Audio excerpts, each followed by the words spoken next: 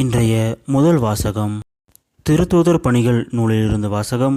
அதிகாரம் 13, வசனம் 44 முதல் 52 முடிய. அடுத்து வந்த ஓய்வு நாளில் ஆண்டவரின் வார்த்தையை கேட்க ஏறக்குறைய நகரத்தார் அனைவரும் கூடி வந்தனர்.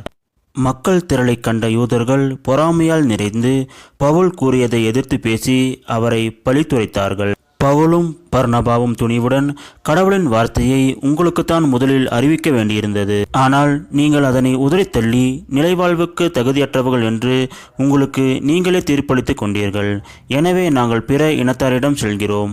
ஏனென்றால் உலகம் முழுவதும் என் மீட்பை அடைவதற்கு நான் உன்னை வேற்று இனத்தாருக்கு ஒளியாக ஏற்படுத்துவேன் என்று ஆண்டவர் எங்களுக்கு கட்டளையிட்டுள்ளார் என்று எடுத்து கூறினார்கள். இதை கேட்ட பிற இனத்தார் மகிழ்ச்சி அடைந்தனர்.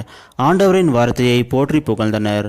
நிலைவாழ்வுக்காக குறிப்பிட்டோர் அனைவரும் நம்பிக்கை கொண்டனர். அப்பகுதியெங்கும் ஆண்டவரின் வார்த்தை பரவியது.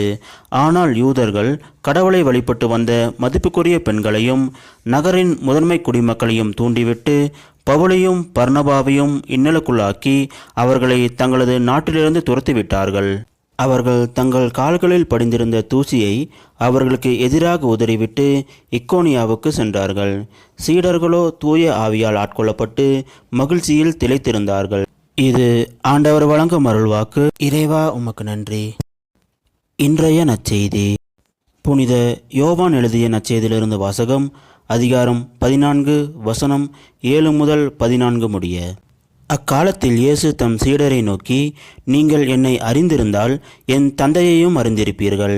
இது முதல் நீங்கள் தந்தையை அறிந்திருக்கிறீர்கள், அவரை கண்டும் இருக்கிறீர்கள் என்றார். அப்போது பிலிப்பு அவரிடம், ஆண்டவரே, தந்தையை எங்களுக்கு காட்டும், அதுவே போதும் என்றார்.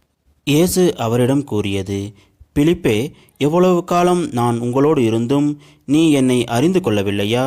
என்னை காண்பது தந்தையை காண்பது ஆகும். அப்படி இருக்க தந்தையை எங்களுக்கு காட்டும் என்று நீ எப்படி கேட்கலாம்?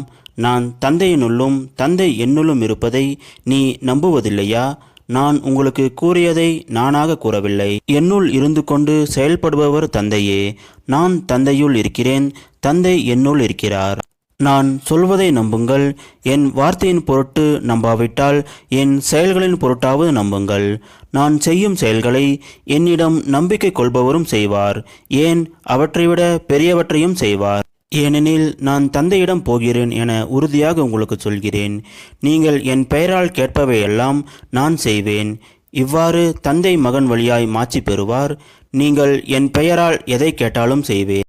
இது கிறிஸ்து வழங்கும் நற்செய்தி. கிறிஸ்துவே உமக்கு புகழ்.